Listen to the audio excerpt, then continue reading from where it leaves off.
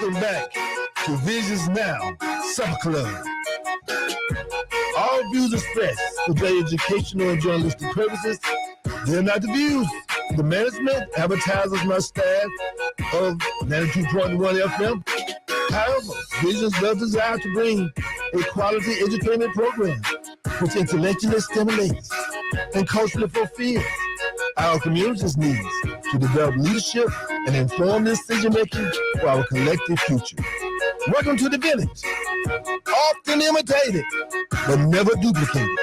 I'm Dr. Geraldine Hood, your host and executive producer. Welcome.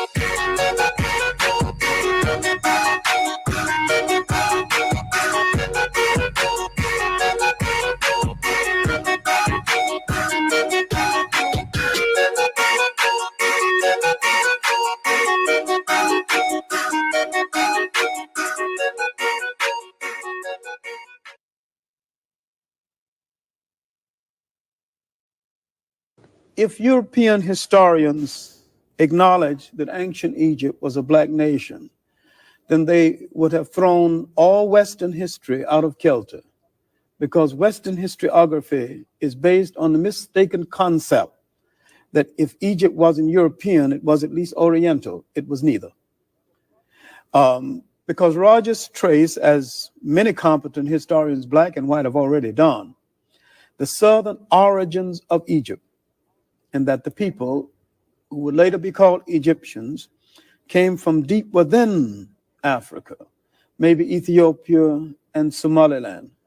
And they kept good relationships, good and bad, like all families, with the people to the south all of this time. And the proof is positive. And do not think that Rogers is out on a black thing, or that most black historians are out on a solely black thing. If European historians acknowledge that ancient Egypt was a black nation, then they would have thrown all Western history out of kilter.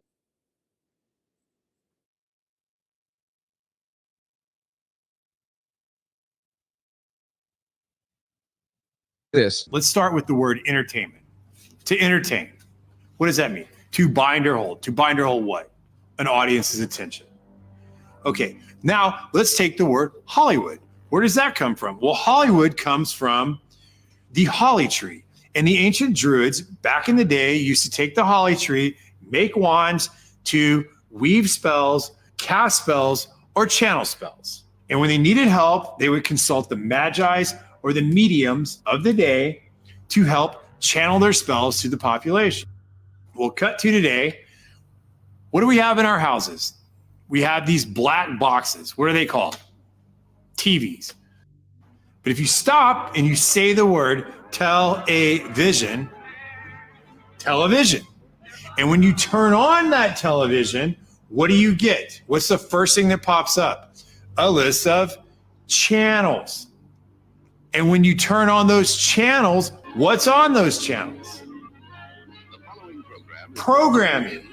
They are programming you. They've been programming your whole life. You don't even know it. They do it with your music. They do it with your TV. They do it with your movies. They do it with your games. They have been programming us and programming you since you were little, and you don't even know it because you don't even question it.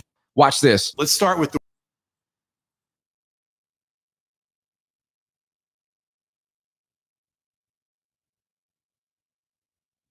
let them daddies tell them no, let them discipline say them. it all the time. I say it all the time because I just see where I went wrong as a mother with Amira. Like it is so hard to retract. It is just easier to be mean a little bit than be nice. Yeah. Because I realized a long time ago, but it was just too late. Like just going into Target, and every time we go into Target and she just asks for anything, something small, I'm like, sure, why not? Like, she's a good kid. She gets good grades. She's always been so advanced and smart and 3-4 grades ahead of herself. So I'm like, why, if I have money, she was my only child, you know, I never told her no because there was no reason to tell her no. My mom told me no because we didn't have the money. It wasn't because I was a bad kid or she didn't want me to have it. We couldn't afford it. So I'm in my head, I'm like, sure, I'll tell her yes. Like, you want this little Barbie, you want this little whatever. But that over time develops in their head as like, they can have whatever they want. Money is endless. There's, you know what I mean? There's no earning system to it. And I remember Tiffany was a person who taught me, she was like, Ashley, you need to make her earn that stuff. Like, she makes her daughter earn everything, even Christmas gifts, even birthday gifts. She's like, you need to earn it. Did you get good grades? Did you work hard? Like, those type of things. And that is like what I'm instilling in Amira. I've been correcting the behavior over like a course of 4 years. It's just really hard because when you don't teach your children early on, like, that they have to earn things, they feel entitled to have it. Like, why wouldn't they?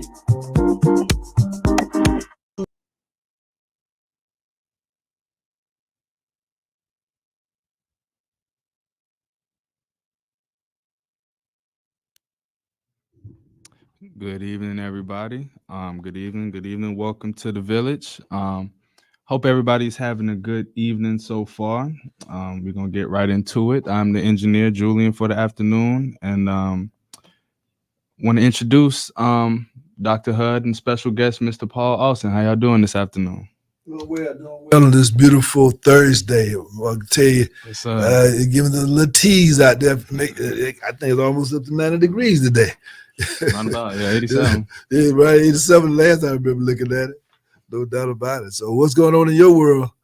I understand you did pretty good with your test. Yeah. Midterms behind me now, so it's downhill from now. So I'm enjoying the break for right now. No doubt. I understand. No doubt about it. So we're just trying to make it do what it do out here. And of course, today we have a brother that we've been, I guess, astro projecting really for some years, because even when you was at Rutledge, I just remember, because I forget who it was now, but we would communicate through your sister, I think it was, wasn't it?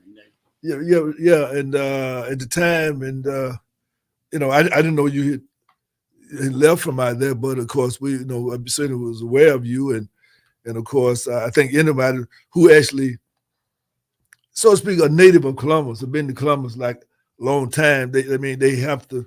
The Columbus that I grew up in, like say that we all just like the Archie Alexander, them, who's I guess close friends with your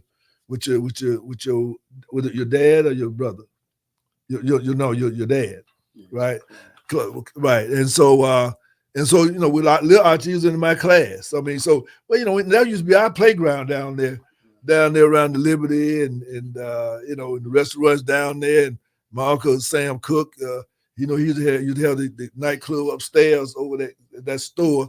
He had a Hawaiian name. I forget the name of it now. But and the Jones Cleaners was down, not Jones Cleaners, but Jones Barbecue was down there. You had of course the Longfords, had the service station there. You had Scoggins Shoes, Repair and Shine, and then, of course, you had the dentist across the street and the drugstore. And in other words, in a lot of restaurants right there next to the Liberty. And I remember we used to sit in cars, just watch the ladies walk up and down the street as teenagers, you know what I'm saying? Because it was like that, So, and I guess the cab stand was right there. So again, and we went to the Liberty, when it was flooding in there, and had the bottle caps and all that kind of thing. So, that was. See, a lot of people don't really know what that vibe was all about. But, when I used to get my hair cut down on First Avenue at Shorty's Barber Shop, Jake Porter used to cut my hair, and of course that's Kim Porter's dad. So I've been saying that, and I used to go to the Dixie Theater. The Dixie was right there on First Avenue. And because the blacks and whites were separate, and that kind of thing. And my granddad, he used to stop at Nick's Pool Hall, I think it was, and shoot pool after he was working at Kirby, so he would come right down the street. So again, I just have fun memories of that whole area. when it was bustling, you know what I'm saying? And that it was like, that was the Black Wall Street area of Columbus. I mean, you had the Scunions there, the Black Bank that had been right there. Okay, don't forget about I think it was the Tallahassee Grill was down there. You had, of course, the chicken place down there. What you call it? Top Hat. Top Hat Chicken. And she used to be so mean to us. We come in there night. Sometimes they let us in, sometimes they lock the door. I mean, but that was just our point for it. We would come there, late that night, or every time we would ride down there watching the flamboyant people on the street, standing out late at night, waving people down. And I mean, it was, hey, what can I say? And the USO were right there. We used to have a lot of parties there. And the YMCA was right down at the other corner. I learned to swim at the YMCA. So again, I mean, I'm sure you kind of remember, you were a little boy then, but you probably remember a lot of this and everything. So what are some of your early memories of that area? Well, being down to the Mayfair, and of course the Mayfair was your father's, Claude, right? Exactly. And of course we're gonna talk a little bit about, we're just gonna let people kind of know who you are and kind of the inspiration for some of your books and things like that. But we're going. Yeah, well, Dad's mother, grandmama, Johnny Mae Austin, she had a place right there. Just said you come across at that time known as 4th Avenue. Right. And you coming down 9th Street right there. It was on the right. And then like a few feet away, that was Top Hat. Right. Exactly. And then on down on 7th Avenue, Dad had opened up this club called the Mayfair Package Store, liquor store. Right. Exactly. And it would, and that would, I mean, it would be packed. I mean, oh yeah. And I guess they did a little gambling in there sometimes, in the back room or something like this. Like lock the doors. I'm not absolutely sure. Yeah. Well, I mean, it was there was a time when it was everybody there, but then that other time when it just kind of like members only kind of thing. I mean, like at least private type situations, like that.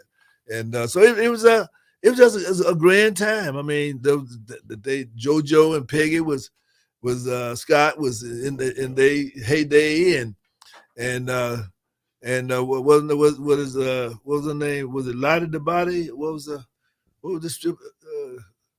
stripper's name? Oh, there was the famous. She was beautiful. I can't think of her name right now. Somebody out there know who I'm talking about.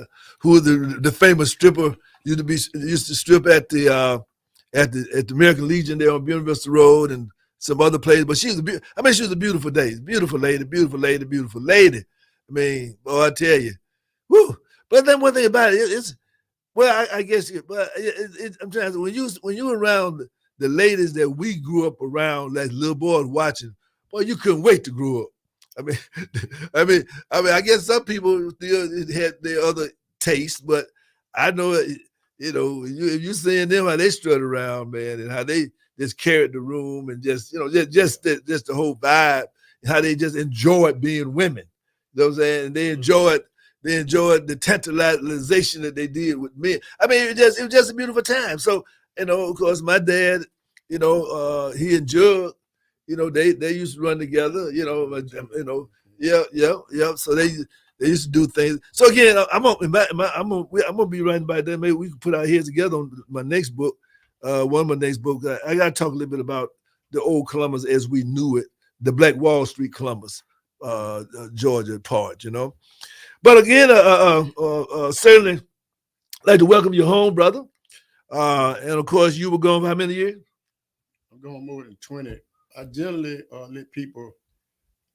I make that statement because I'm trying to encourage them to read my book, The Raw True Polemic, second edition. Okay. And it gives you a bird's eye view of the matter. Right. Now, of course, we're gonna have some copies at Euphoria Book Museum on Winter Road, and of course that's a subdivision of Project Rebound Inc. And we have a book museum, meaning that we have some books there that you're not going to find everywhere, and so therefore, and then you can come there and read. But if you want the book to go home, you got to buy it. But if you want to read, you set an appointment, and then we have videos and movies I mean, that's a lot of good stuff. I think a lot of good stuff. I mean, that I've gathered together over the years that I found to be helpful. I guess let's kind of go back a little bit just to kind of set it up. By the way, we're talking today with Brother Paul J. Austin, and what the J stand for? Jerome. Okay, Paul Jerome Austin, and he has several books. The Raw Truth, of course, is one of them. The Raw Truth is one of them, and then him and a couple of the other ones there.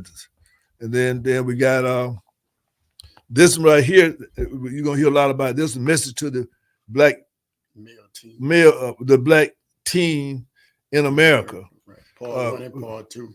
Okay, this is which one is this? Part 1. This is part 1. Okay, and of course, like say, give us a call, and we'll have some available for you. And then this is Injustice in Georgia. Injustice in Georgia. Okay, and like I say, Julian, like I say, we're gonna see if we can match this publisher house here. With ours. Because you done a fine job here. You did a good job. No doubt about it. Did a good job. And again, really, what we're gonna do is that. I mean, of course, we're gonna take them one at a time. You're here and you're part of the coalition. The New Era Coalition, Columbus, Georgia Coalition, to curb or prevent community violence and save our youth future. And so again, now at the time, and I'm gonna jump around a little bit, okay? But at the time that you were doing what you do out there in the streets, right? You had a little reputation of your own.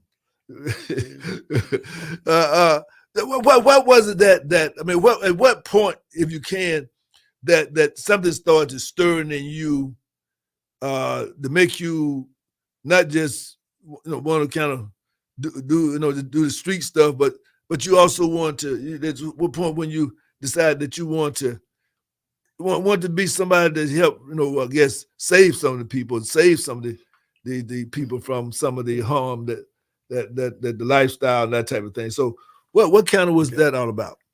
Well, it's derived from the fact when I was framed by detectives from Columbus, Georgia Police Department and railroad about an unjust judicial machine.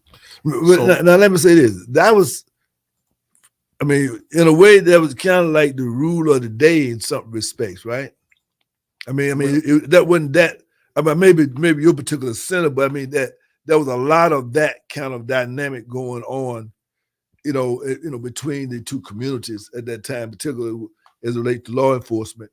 I understand one time Fort Benning, they was about to ban their soldiers from coming, because of some of the things that the police were doing to the soldiers. Right.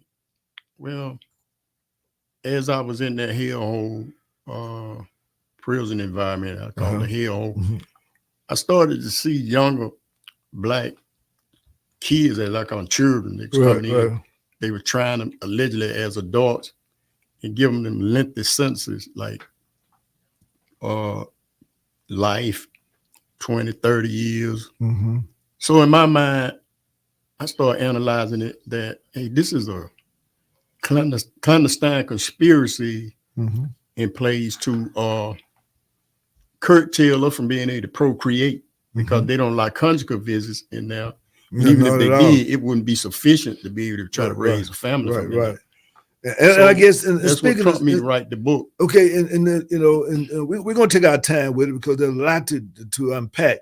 But that's part of also kind of what happened on, I guess, during the slavery system, whereby there's a lot of lifestyle issues that was not a part of African culture.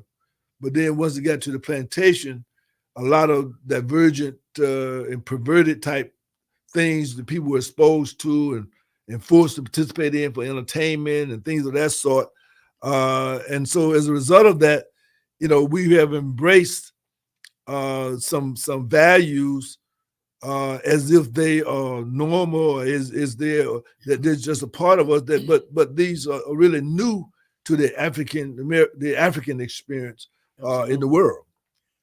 I second that emotion because we've been compelled to embark upon some things that are not conducive to our way of being. Right. And as I've stressed, I was having a problem with the police originally. I'll be at first to admit that I was selling a little marijuana, and they started harassing me, and they had a problem with my father, Claude W. Austin Jr. You know, he was murdered. Right. And I'm glad that you did it, because we need to set this up a little bit. We need to kind of go back and talk a little bit about your father, and tell us a little bit about his childhood and growing up, and just kind of how he ended up, being such a prominent figure, particularly as a businessman in this community. Yes, as a matter of fact, he was acknowledged as one of Columbus' foremost entrepreneurs. What happened, as I've stressed, grandmama Johnny Mae Austin and grandfather Claude Sr., they had a place called the Snack Bar. Right. And they taught Daddy the ropes as far as how to run a business. Right. And he used to always say, that he would never work for the man, because he said he would be doing all the work and they would get all the money. Right. So they didn't like the fact that Daddy was successful like he was. Right. And he was receiving a lot of harassment from those people. Now, did you what part of what did they go to Spencer? Or did you go to Radcliffe?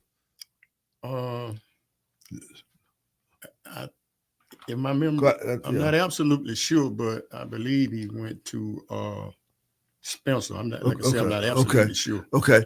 And now I know, like my family, I think yours also. I mean, that we initially, when they came out the country, so to speak, they was uptown, East Highland, Bellwood, right? That area there, right?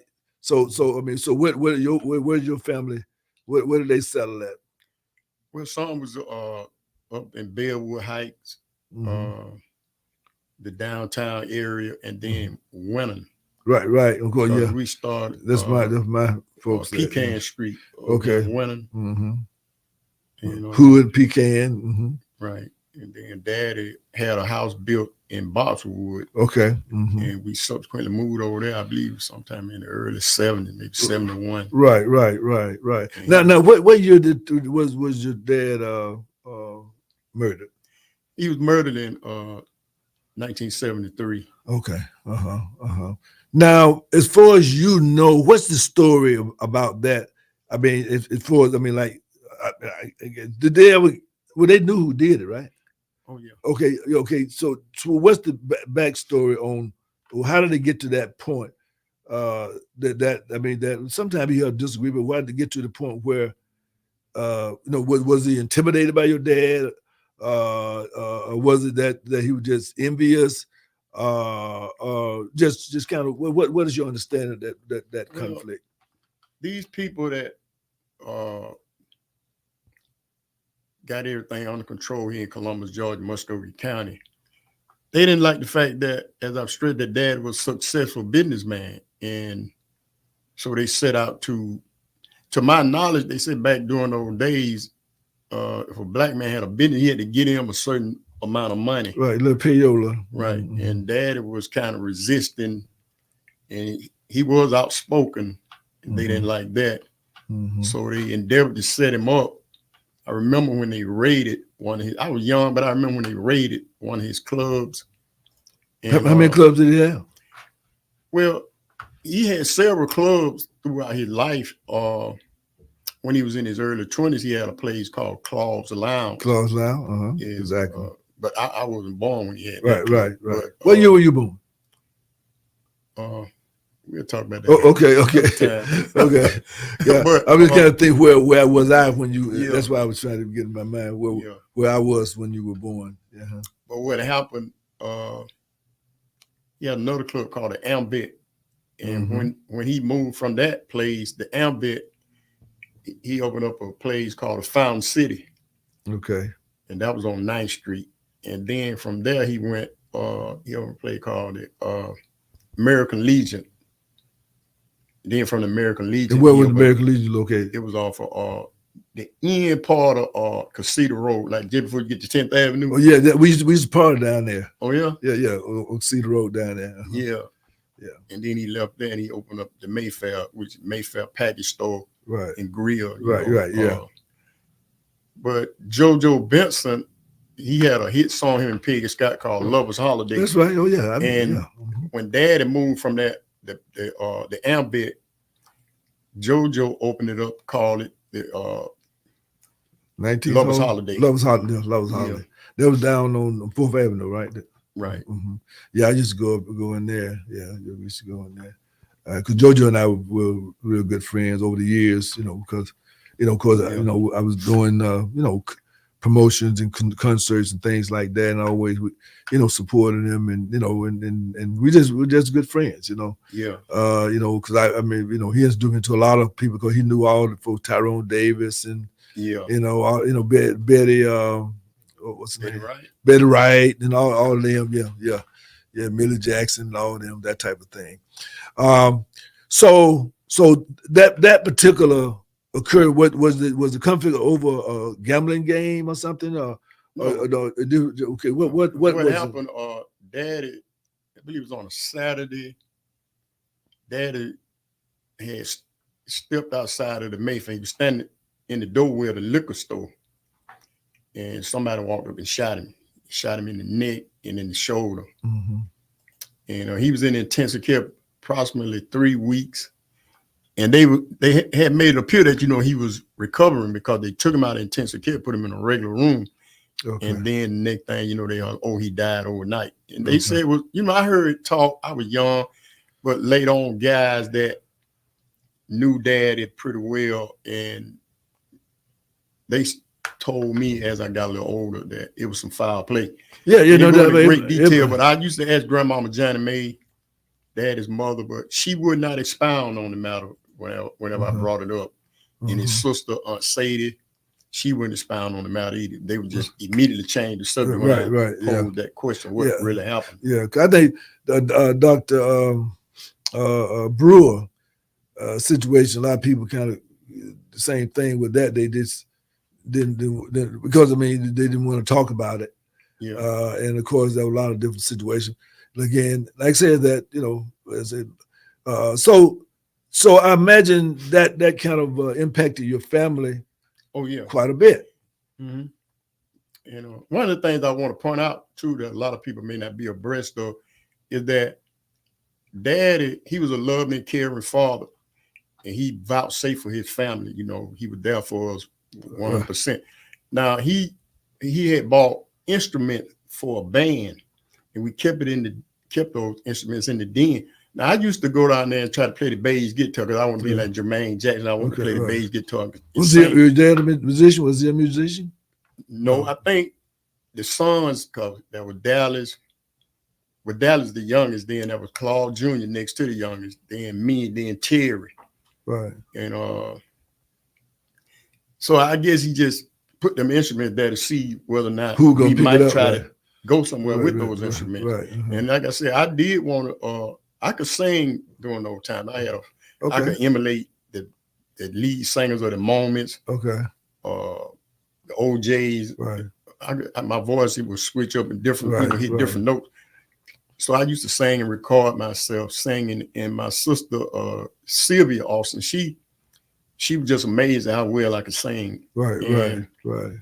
So what happened, Dallas and Claude Jr., they learned how to play those instruments. Right. And that's what caused Dallas to embark upon the life that he started, became a producer. He known as super producer, Dallas Austin. Right. And of course, like I said, I just want to reiterate that Paul and Dallas are brothers. And he's, I guess, your baby brother, right? Yes. And of course, what was the girls group? Baby by Chili from TLC. Right, exactly. So, and I understand that Chili used to live here in Columbus in Little Yeah. Canyon. BTW. BTW, yeah. Mhm. So yeah, they had a real strong Columbus connection. Right. With what he did. And of course, certainly he's been, very successful. And the last time I really read a lot about him was when he was he was in Dubai someplace, Oh yeah. and I think he Got they didn't arrested. want him to come back or something, or he got something. No, he was going to a birthday party for that supermodel. What was her name? Iman? No. I can't call her name just right now, Okay. but he got busted getting off the airplane with some drugs, Well, I think- cocaine, as a matter of fact. well, okay, I thought marijuana. Okay. And they put him in jail. He was in jail for like 7 weeks. He didn't want that information to get out, but somebody leaked the information. Right. And Dubai is a country where they give you the death penalty for No doubt. trafficking. Yeah, no doubt. Yeah. So what happened? There was a lot of people that were pulling for him. Lionel Richie was one of them. Right. Quite a number of other people. Right. And he went to court and got 4 years, but they put him on a plane and sent him back over here. So it was Right. obvious that something Right. went down under the table. Right. you know? Yeah. Of course. Yeah. No doubt. Yeah. Like, And no I doubt. thought, from that point, I thought with him seeing how it is to be in a cage like an animal, Right. that would have prompted him to come to my aid. Uh-huh. All I needed was a decent lawyer, Right. Right. and he had a studio called Dark Studios, known as Dallas Austin Recording Project up in Atlanta. Mm-hmm. I didn't have his home address or phone number, but I used to write him. Right. Some of the letters I sent certified return receipt, but he never responded. Mhm. And I was just, like I said, I was seeking some help Right. because I wanted to expose to the world about me being framed. Right. Mm-hmm. Now, did y'all have the same mother? No, we got the same father. The same father. That's what I thought. Okay. See, Daddy had children by, let me see, Glendon Sylvia got a different mother. Terry has a different mother. I have a different mother. Claude Jr. Dallas had the same mother. Okay. And now has that been in reunion? The children. I mean, how is that dynamic now? Is it everybody kind of still kind of strange, or do you see things coming together a little bit? Not really. When he left here, when he became, he wrote some songs, and that girl that used to sing with that group, I believe her name was Joyce Ivory. He wrote a song, became a hit song, and she introduced him to some people, and he never looked back. Okay. When he started making millions of dollars, he started changing. Okay. Because we was juxtaposed. I mean, we was close as any family could possibly be. Right. Daddy was stern about family unity. He always said that family is supposed to be so close that not even the wind can blow between you. Right. And I second that emotion. So when he started making that money, that's when he started to undergo a metamorphosis change. Right. And he started like distancing himself from Do you think did his mother agree with it? Do you think his mother encouraged it, or what do you think? I'm inclined to believe that she did. And then the other brother, John, known as Plankum. See, Plankum is not Daddy's son. Okay. But Daddy treated that boy just like he was his son. Right. He bought him. He had a walk-in closet full of clothes and shoes. Right. Daddy bought him a car. Mm-hmm. And as I say, treated him just like he was his son. Right. But what they did once Dallas started making all that money, certain people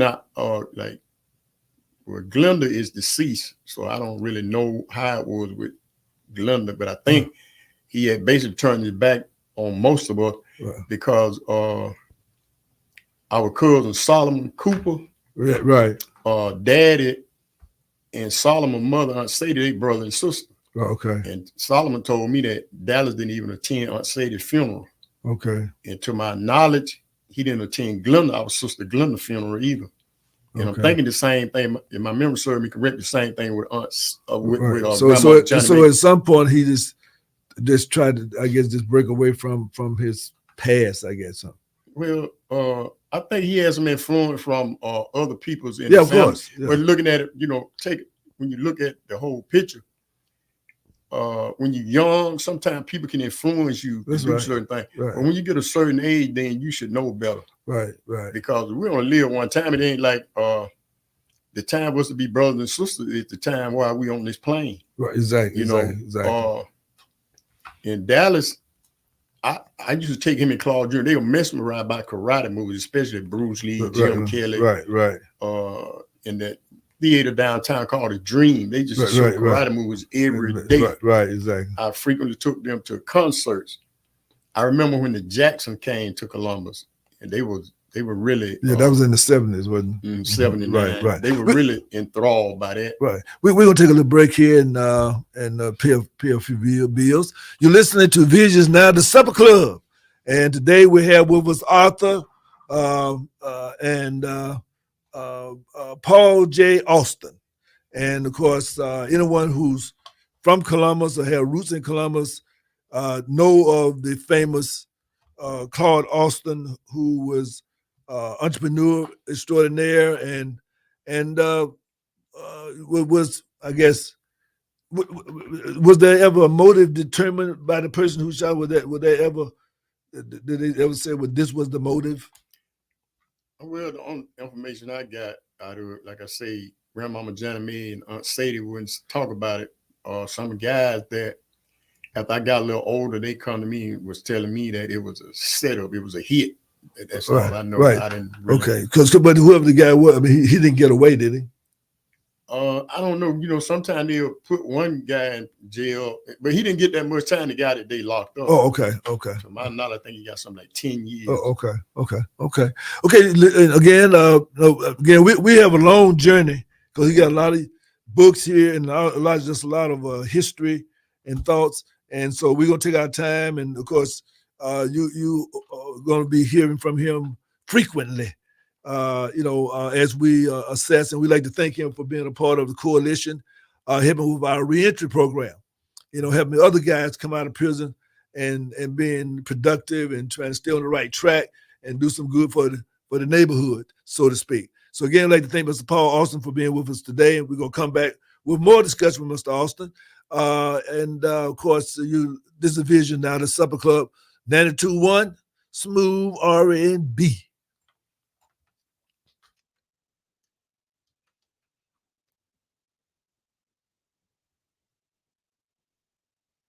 Come on out and kick off the spring season at the Barn at T-Bone's Friday the 15th with John Boy Story. And the Oyster Bar is back also, opening at 5 p.m. on Fridays and noon on Saturdays. And on Saturdays, bring the whole family out and have some fun. Don't forget, for all you non-oyster-loving folks, the Barn has other great menu items for you, too. The Barn at T-Bone Steakhouse and Grill. The new 2024 Harleys are here at Rally Point Harley-Davidson, featuring a brand new design, which is lighter, faster, and, oh, you're going to love this, cheaper. These bikes are creating huge demand. We will only get a limited supply. Get yours now while you can. On the 2023s we have left, get almost 0% financing with no money down. Plus, warranty forever is free on all new Harleys. Rally Point Harley-Davidson in Columbus, Georgia, home of the free tire install.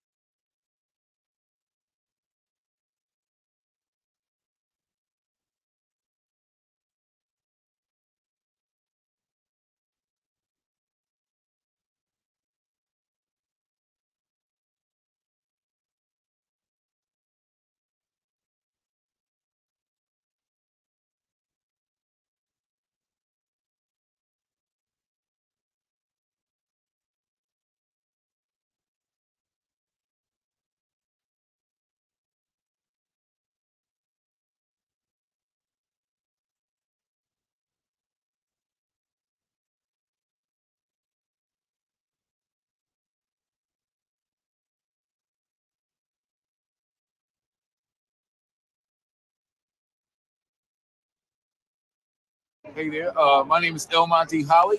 I'm a Georgia state representative. I'm elected by the people to serve the people. And I felt it necessary to come down and be able to hang with our brothers at the Black Men Lab. Much respect to our brother Mauli, much respect to our brother Marty. And we had really great conversation today, definitely talking about relationships, the value of them, how to maintain them, particularly with respect to Black men and our Black women. It's necessary for our future to be able to maintain a level of health in our relationships so that we can both be seen. And I was glad to also come and tell folks about coming up to the Capitol on Wednesday, March 20th of this year, so that we can have, again, the Black Men and Boys Day at the Capitol, that I was glad to have the support of our brother Mauli Mel Davis when we did it last year. So I'm glad to be here. I'm about to go home, and before then, I would just encourage brothers, please reach out to one another and find time to be able to come to this place. This is a space of mental nourishment, and definitely for sound wisdom to be provided amongst us so that we can help build this community up, because we're the only ones that are going to save this community, and we have to rely on each other. So yeah, Ashe.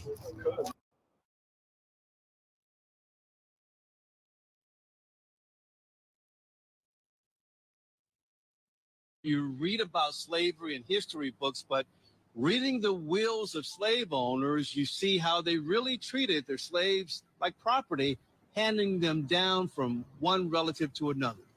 Back in the 1800s, that property included slaves. Fulton County Chief Probate Court Judge Kenya Johnson showed me wills her office discovered from back then, where slave owners wrote what should happen to their slaves when the owners died. It is my will and declare that all my Negro slaves divided into 5 lots. I bequeath to my daughter, Margaret Rebecca, my Negro woman, Jen, of dark complexion, and all of her children, to her and to her heirs forever. Judge Johnson had her staff go through the wills to see what slave owners did with their slaves when she realized she had documents before the Civil War. Says it's one thing to read about it in history books, another to see and touch the actual records. Staff found one will that caught them by surprise. A slave owner wanted his more than 30 slaves paid and sent back to Africa when he passed. When they start to Liberia, in the event I die before they start to Liberia,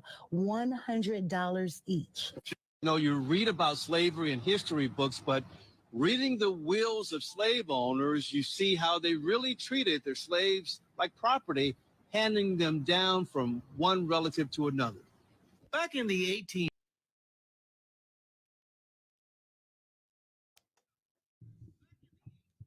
What's going on, family? I just want to give a special shout out to Brother Tyrone and Brother George. Brother Tyrone says greetings to the village, and Brother George says assalamu alaikum. All right. And Ramadan Mubarak, of course. It is Ramadan. You are able to participate this season? I'm not absolutely sure because I got some things that I'm having to deal with. Right. I think I told you about the landlord situation. Right. Well, I mean, like I said, we always say a lot knows your heart and you know, and that type of thing, and you know, and of course, you know what you need to fast off of. I mean, so I mean, you know, it might not be what people think, but you know, everybody got to tie it in, you know, with the realities of what's happening with them. Yeah. Now, which one of these books was the first book? The Raw Trooper Limit Part 1 was the first book. Now, what's the difference between Part 1 and Part 2? Well, Part 1, I give basically a bird's eye view of the situation that led to them framing me. And, that's what I'm basically talking about, how they started like growing up in Columbus, Georgia. Then I think that was chapter 1. Then trip to the Job Corps, because I went to the Job Corps. Okay. Out of school. Okay. Went into the Job Corps. And do you think that the fact that you you know, you had, you know, interracial friends and associates and do you think that at that time kind of created you know, a little animosity towards you? Yes, what happened, you know, had some erroneous information. A lot of people thought, see, Dad was a flamboyant dresser, and I always said when I grew up, I'm gonna dress like Daddy. Right. So I was a flamboyant dresser, and a lot of people thought I was a pimp. Right. You know, they was the word. They So, thought you was a pimp. right. Okay. So the police, sometimes they would see some white women in my car, some black women, white women. Right. But those were people that were buying marijuana from me, basically. Right. They weren't working for you. No. They were independent contractors. I wasn't nothing like Iceberg Slim or Donna Goins, them guys. Right. I did, however, some of them girls, I would set them up on date because there were certain guys that wanted to do that date, sure, yeah. and I would accommodate them on that. Right. That's for the those were just your friends, and y'all Right. y'all kind of roll together. because they was my customers. Right. For And then I would, certain guys that would come to me and say, "Hey man, I want to get that girl. I saw you with that girl." So I go let her know, and I Right, that take type them of and thing, drop right. them off, and then come back and get them, Right, stuff like right, that. right. They were basically back then. It was the hotel or the Motel 6 out there on Victory Drive. Right. I can't think of that motel. It used to have a crystal across the street from that hotel right there. It used to be 4th Avenue now. Right. Parkway. Mm-hmm. And those were the spots in downtown Broadway. That used to be the hangout spot too. Right. Back Man, y'all in my day was back over 6th and 8th over that way, but then in your generation, y'all get going down Broadway down there, yeah, that kind of thing. Now, when did you decide about starting to write, to be an author? Well, I had a relative when I was in that hellhole. Sometimes I'll be indignant because I became a paralegal, and a lot of stuff that I filed, the courts would whitewash it. They had me blackballed. They wouldn't give me the relief that they should have given me. I was trying to get my conviction overturned, because I maintained my innocence all the way to the bitter end. And they came to me with what they call a plea bargain with 10 years, but I refused to take 10 years for something I didn't do. I wouldn't get it. So what happened? The relative, sometimes I write him, we write each other, and sometimes my letter might be 20 pages. Right. And he started telling me, he said, "Man, from the way you be writing these letters," he said, "why don't you write a book?" I said, "Man, write a book." I'm like, "Man, that's going to take some really work."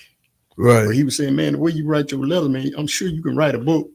Right. So I went to segregation. I got a disciplinary report, and they put me in segregation, and subsequently the hole, in that what we call the hole.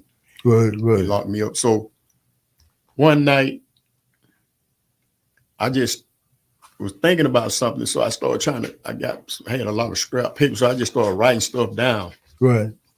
That was how we lived in on Pecan Street to the left. And that's how Dad had built in Boxwood right there. Right. So when I did all that writing, when I got out of the hole,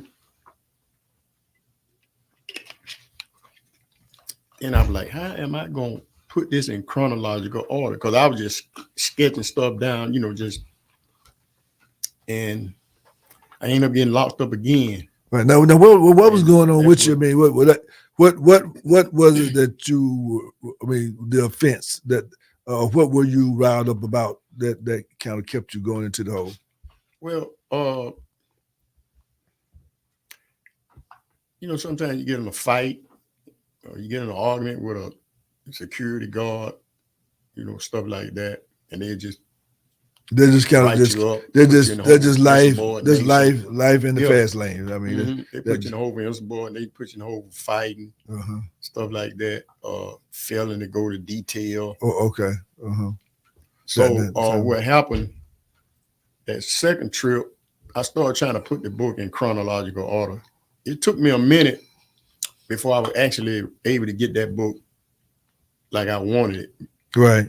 And after that, a couple of people that I know, they paid the money to get the book typed, and they paid the money to the publishing company to publish the book. But the problem after that, I didn't realize it at the time. you got to have a extraordinary marketing strategy, Right. so that people can know the book exists and go Right. buy it. Exactly. You know? Right. Mm-hmm. So that held me back. So my books wasn't selling. It's still not selling because I don't have the money to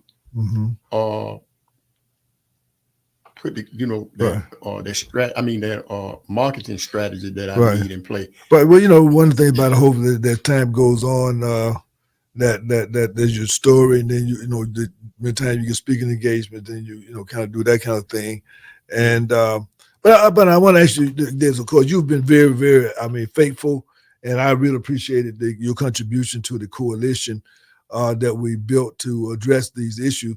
But tell us a little bit before we start wrapping up for this segment. What do you see as being the value of the coalition that we're constructing, and why it's important that you like I said, that you see where there has potential to really make a difference? Yeah, well, if somebody don't step up to the plate, I'm not pessimistic, but it's my philosophical view that, in my mind, in the next 20 years, if we don't get it together as a people, Black people are going to be extinct. Now, I'm not saying that is just undisputed, but from what I see, the way things are going, the trend. Yeah, Black people, when I was coming up, Black women knew their place and they stuck by their man, and they was loving, caring, friend, and then the community raised the children. Right. It wasn't Because everyone understood. We might have our little disagreement here, but everybody understood that at the end of the day, we were in this thing together. Right. And that's why, again, we had our own businesses. You really didn't have to go out of the community. I call them the villages, or the quarters. You didn't have to go out to get anything. Whatever you wanted, you basically could get. Because my aunt Mattie Pearl, she was known for the famous fish sandwiches that they sold at Sims Cafe in Bellwood Heights. And people used to come from miles around to get those fish sandwiches. My cousin Clifford and his wife, Ollie Mae, they had a store, neighborhood store. Right. And there was other neighborhood stores in there. So like I said, you didn't have to just go way out to go right, to get exactly. what you wanted. Exactly. Or needed. Entrepreneurship was the order of the day. Right. That was the order of the day. That because at the time you didn't grow up, thinking about who you're going to go to work for per se, particularly outside our community, but more or less you were emulating, the business people that were within our community. Right. And even if you did work someplace, that you still had your hustle. You still had a store, after hours joint. You made a little liquor. Whatever. There were little restaurants. There were, a lot of restaurants. Before I remember when the first McDonald's came to Columbus, Georgia. Before then we were doing. We were in restaurants. And we enjoyed it. And these days, we got more money, but we have less business acumen about ourselves. So hopefully. Like I said, I appreciate it. And then let me ask you this one question also. We're going to go over it again, but what do you think the critical thing is that because a lot of people getting out of prison now because of a number of things. I think the meantime it's almost like they do it with the immigrants. They try to create a little chaos by letting people in without no support when they get here. But we're going to try to put it in place. But what do you think really needed by guys that like yourself, but what do you think really needed? I know other than like a job or housing, but what do you need from the community? What can the community do to help encourage you all to stay on the right track as opposed to going back into the old life, so to speak? Yeah.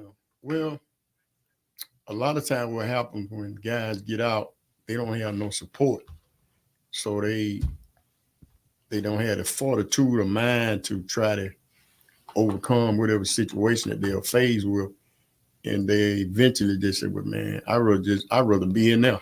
Right, exactly. And, I agree with that. The people, a lot of it could be nipped in the bud, but it's going to take a joint effort of the people, the community, to demonstrate that, hey, you know, you're not looking down on these people like they less than human. Right. And that's what happens a lot of times. Because even in my situation, the Georgia Innocent Project got involved and took my case over and got my case. I was exonerated thanks to the help of the Georgia Innocent Project. Right. But when I got out, my parent was gone, my grandparent was gone. I was like, didn't have really anywhere to go. Right. And, I ended up in a place, it was similar to like a transitional center. You had to be out of there. It was a place up in Bellwood Heights, some apartments. You had to be out of there by 8 o'clock every morning. You got to be back by 7 o'clock every afternoon. Right. And then they be trying to antagonize you, what I call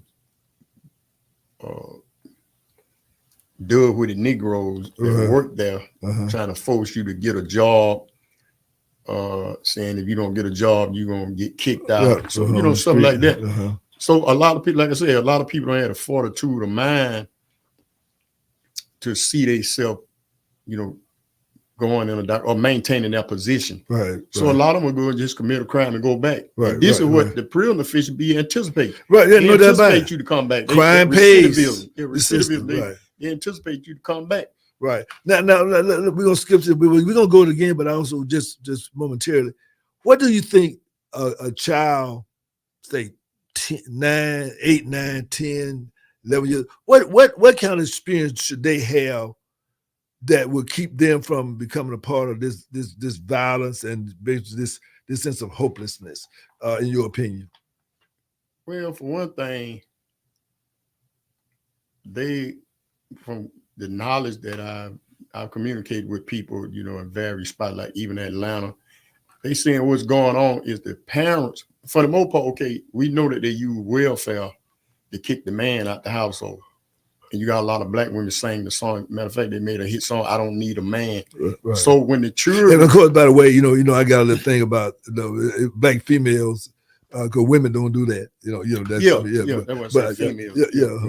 So the thing is, they not giving them the support and help that they need, because like people have told me that live in the Atlanta area, they said, you see young girls out there trying to sell their body 13 and 14 because they don't have no money. Right. And the mother somewhere doing whatever she's doing, and they hungry and ain't got nothing to eat. So it's kind of a dog-eat-dog situation. In other words, the many times the guys, they would like to have some support, but the girls, they need support too. Right. You know, so everybody just kind of being parasitic off of each other. And we're gonna pick up on it because this is the movement that we're part of. Again, I'd like to thank you so very, very much for being with us today. And of course, you know, I mean, hey, you might be a co-host with me here, you know, when your time permits. I mean, because we got a lot to unpack, because that's a major part of our community. And so I want to thank you. Any final thoughts before we get ready to go? Yes, well, before we shut down, I want to stress that my books can be purchased at Amazon Kindle Direct Publishing under Paul J. Austin. Okay. And also, like I said, if they just want to come and pick one up, we'll try to have some available here locally. If you didn't want to, you know, they don't want to go online. Come in now. Okay. Right. So and then you can certainly order them here locally, and you can give us a call at 706-221-4830. And if you want someone to speak, if you need somebody, you know, do some speaking engagements, also, you know, I'm sure he'll love to do that and talk to the young people, because, like I said, he has a book, a message to the black teens in America. Supper time is over for the day. So again, like, thank you for being with us. Thank you for listening. Invite your friends to join in our weekly meal, supper time. Let's build that spirit of Harambe. Organize, organize, organize. Educate, educate, educate. Pamoja, Tutashinda, Uhuru Sasa, Watu Wazuri. Peace, soul, love, with a little sprinkle of power. Good night.